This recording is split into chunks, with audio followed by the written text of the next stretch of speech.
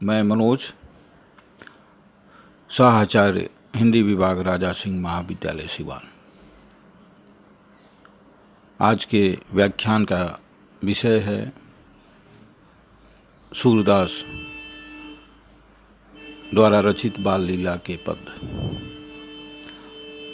ये स्नातक द्वितीय खंड के हिंदी रचना के पाठ्यक्रम में प्रस्तावित है।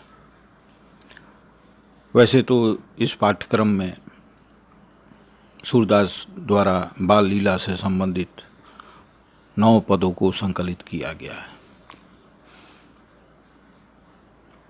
हम लोग क्रम से इन पदों पर प्रत्येक व्याख्यान में इसकी चर्चा करेंगे। सूरदास के बारे में आप सभी जानते ही हैं कि भक्ति आंदोलन के जो मध्यकाल में हिंदी क्षेत्र में, जो हिंदी क्षेत्र ही क्यों पूरे भारत में विभिन्न भाषाओं में एक मनुष्यगत समानता के आदर्श को लेकर चला था, उनके चलाने वालों में भी सूरदास का भी नाम आता है। सूरदास भक्ति आंदोलन के सगुण भक्ति शाखा के कृष्ण भक्ति परंपरा के प्रमुख कवियों में से एक हैं। वैसे तो भक्ति के संदर्भ में हम लोगों की जो समझ सूरदास के पूर्व के भक्ति परंपरा को अगर ध्यान दे तो भक्ति का अधिकारी वही था जो संन्यास ले लेता था, जो जंगलों में चला जाता था, जो सामाजिक सरोकारों से अपने आप को मुक्त कर,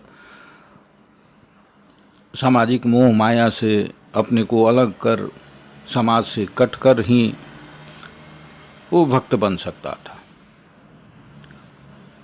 भक्ति और ईश्वर की प्राप्ति, ईश्वर के अनुकंपा की प्राप्ति के लिए आवश्यक था समाज का तिरस्कार।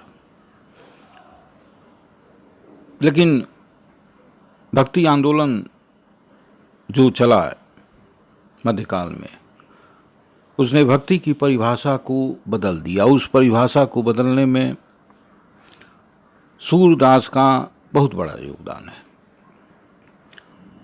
जो ईश्वर मनुष्य से बहुत दूर था और उसको समझने के लिए इस समाज को छोड़ना जरूरी था, इस गृहस्थ जीवन को छोड़ना जरूरी था। बिना छोड़े उस ईश्वर की समझ नहीं विकसित हो सकती थी।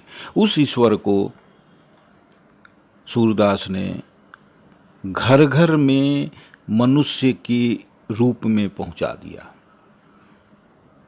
दूसरे शब्दों में कहा जाए तो भक्ति जो जंगलों और समाज से अलग रहकर की जाने वाली क्रिया थी, उसको गृहस्थ जीवन के बीच करने की क्रिया बनाने का श्रेय सूरदास को ही जाता है। ईश्वर को मनुष्य, मनुष्य को ईश्वर, दोनों एक दूसरे से करीब ला देने का जो प्रयास सूरदास ने किया, वो अद्भुत प्रयास था। और उसी के कारण आज घर घर में भक्ति, ईश्वर के प्रति समर्पण का भाव पहुंच गया है। भक्ति को अगर सही अर्थों में कहें तो घर घर में लोकप्रिय बनाने का, गृहस्थ जीवन में लोकप्रिय बनाने का योगदान सूरदास को ही जाता है। सूरदास इसलिए महत्वपूर्ण भी हैं। सूरदास के बारे में आप सभी जानते हैं और उनके बारे में, उनकी कविता की विशेषता के बारे में, उनकी कविता के प्रभाव क्षमता के बारे में एक दोहा प्रचलित है कि किधों सुर को सर लग गयो, किधों सूर की पीर, किधों सूर को पद लग्यो वेद्यो सकल शरीर। कहा जाता है कि ये दोहा सम्राट तानसेन ने रचा था। खैर, जो भी रचा हो, सूर की कविता की प्रभाव क्षमता को ये दर्शाता है। सूरदास कालजयी कवि हैं और इनकी कविता की विशेषता में वात्सल्य और श्रृंगार के क्षेत्र में जो इनकी कविताएं अपनी पहचान बनाई हैं, वो आज तक उस पहचान को के आगे कोई नहीं जा पाया। वात्सल्य और श्रृंगार सूर की वृत्ति विशेष रमी है। सूरदास के प्रिय विषय रहे हैं ये दोनों। उनके चित्रण में ही उनकी ख्याति स्थित है। यह सही है कि कृष्ण की विभिन्न बाल क्रीड़ाओं का वर्णन करते हुए सूर जब अपने पाठकों को कृष्ण के ईश्वरीय रूप का बोध कराते हैं, किंतु कृष्ण पर पड़े इस ईश्वरीय आवरण को तनिक हटा कर देखें तो क्या ये लीलाएं अधिक सहज और अधिक स्वाभाविक रूप में हमारे आकर्षण का विषय नहीं बनती? बाल लीला संबंधी, बाल सुलभ क्रीड़ाओं के से संबंधी उनकी अनेक पंक्तियाँ, मैया मोही मैं नहीं माखन कया खायो, मैया मोही दाऊ बहुत खिजायो, जैसे ढेरों पदों में अभिव्यक्ति पाने वाली कृष्ण की छवि क्या अपनी मानवीयता और लौकिकता में हमें अपनी ओर नहीं खींचती? क्या उनके पदों में जो बाल कृष्ण की छवि उभरती है, क्या वो छवि हमारे घर के आंगन में खेलते हुए बच्चों के रूप से नज़दीक स्तर पर नहीं मिलती है? क्या जरूरी है कि इन पदों का आस्वाद करते हुए कृष्ण के ईश्वरीय रूप को ध्यान रखा जाए? इन्हें गाते समय सूर के मन में कृष्ण के ईश्वरीय रूप की ही छाप थी। सच पूछा जाए तो अपने मानवीय तथा लौकिक संदर्भों में ये लीलाएं सूर्य के काव्य की अस्थायी निधि हैं। इनकी इस मानवीय और लौकिक आकृति के संदर्भ में ही उनके अंतर्गत निहित और व्यंजित सूर्य काव्य की विशेषता को उभारा जा सकता है। इनके जो पद प्रस्तावित हैं आपके पाठ्यक्रम में, वो बाल सुलभ क्रीड़ा को लेकर है। और इसमें सूर ने जो चित्र खींचा है, वो चित्र बालक कृष्ण का जो चित्र है वो अद्भुत है। आज भी वो पद जन जन में लोकप्रिय है। जसोदा हरि पालने झुलावे, हलरावे दुलरावे मल्हावे, जोई सोई कछु गावे, मेरे लाल को आऊं निदरिया काहे ना आनी सुआवे, तू काहे नहीं बेगही आवे, तो को कान्ह बुलावे, कबहू के पलक हरि मूद लेत है, कबहू का अधर फरकावे, सोअत जानी मौन भय रही, करी करी सैन बतावे, यही अंतर कुलाए उठे हरि, जसुमति मधुरई गावे, जो सुख सूर अमर मुनि दुर्लभ, सो नंद भामनी पावे। इस पद में सूर बालक कृष्ण के सोने और यशोदा द्वारा सुलाने की क्रिया को अभिव्यक्त किया है। हर एक माँ बच्चे को किस तरह सुलाती है, उसी तरह यशोदा भी अपने कृष्ण को सुला रही है।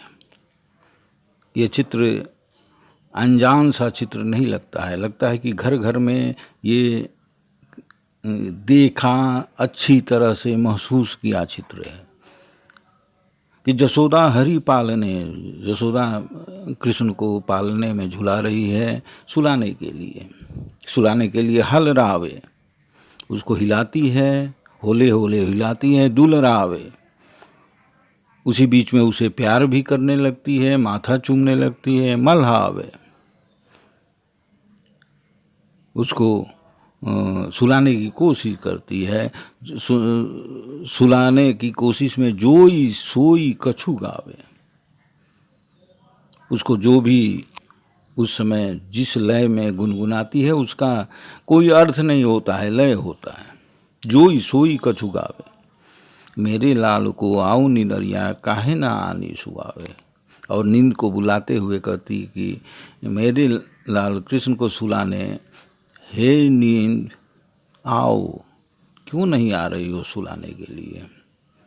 अक्सर हम सब अपने घरों में देखते हैं कि माँ छोटे बच्चों को निंदिया जो बाबू के सुला जो, वही उसी भावना के साथ यशोदा भी अपने कृष्ण के लिए नींद को बुला रही है। तू काहे नहीं बेगा ही आवे, एक उलाहने के लहजे में कि तू काहे नहीं बेगा ही आओ, जल्दी से आओ, तो को कान बुलाओ, तुमको कृष्ण बुला रहे हैं, तुम देर से क्यों आ रही हो, बेगा ही आओ, जल्दी आओ। ये सब सुनते सुनते बालक कृष्ण कबहू के पलक हरि मूंद लेते हैं। बालक कृष्ण कभी अपने पलक को मूंद लेते हैं, कबहू का आधार पर कभी उनके ओठ फरकने लगते हैं, और यशोदा को एहसास होता है कि कृष्ण अब सो गए। सोवत जानी मैन है रही, अब सोवत जानकर, सोते हुए जानकर यशोदा मौन धारण कर लेती है, चुप हो जाती है कि अब वो गाएगी तो उनका नींद खुल जाए। करी करी सैन बतावे, और धीरे धीरे वो वहाँ से निकलने की कोशिश करती हैं। जैसे निकलने की कोशिश करती है उसी समय ही अंतर अकुलाए उठे हरि, और ये इस मौन से अकुला कर कृष्ण आंखें खोल देते हैं, उनके शरीर में थिरकन होने लगती है, और यशोदा यह देखकर फिर से वो गाना शुरू कर देती है, लोरी गाना शुरू कर देती है। ये कृष्ण और यशोदा के बीच के, माँ और बेटे के बीच में जो अद्भुत चित्र सूरदास ने खींचा है, उसके बारे में सूरदास ही कह रहे हैं कि जो सुख सूर अमर मुनि दुर्लभ, ये यशोदा का कृष्ण को सुलाने की क्रिया, माँ को बेटे की सुलाने की क्रिया, जो सुख सूर अमर मुनि दुर्लभ, वो मुनियों और अमर व्यक्तियों को सुलभ नहीं है। सो नंद भामनी पावे, नंद की पत्नी यशोदा को वो आनंद मिल रहा है, ऐसा आनंद किसी को भी दुर्लभ नहीं है। गृहस्थ जीवन में जो यशोदा अपने बच्चे को सुलाते हुए जो आनंद प्राप्त कर ले रही हैं, वो मुनि ऋषि जो जंगलों में रहकर तपस्या करते हैं, वो तपस्या जनित वो ब्रह्मानंद भी इस आनंद के सामने फीका है। इस पद में सूरदास ने ईश्वर कृष्ण को बालक कृष्ण के रूप में इस तरह चित्रित किया है कि वो उनका ईश्वरत्व रहने के बावजूद भी ज़्यादा मनुष्य के करीब नजर आते हैं। यही सूरदास की सफलता भी है। धन्यवाद। अब अगले व्याख्यान में अगले पद पर चर्चा होगी।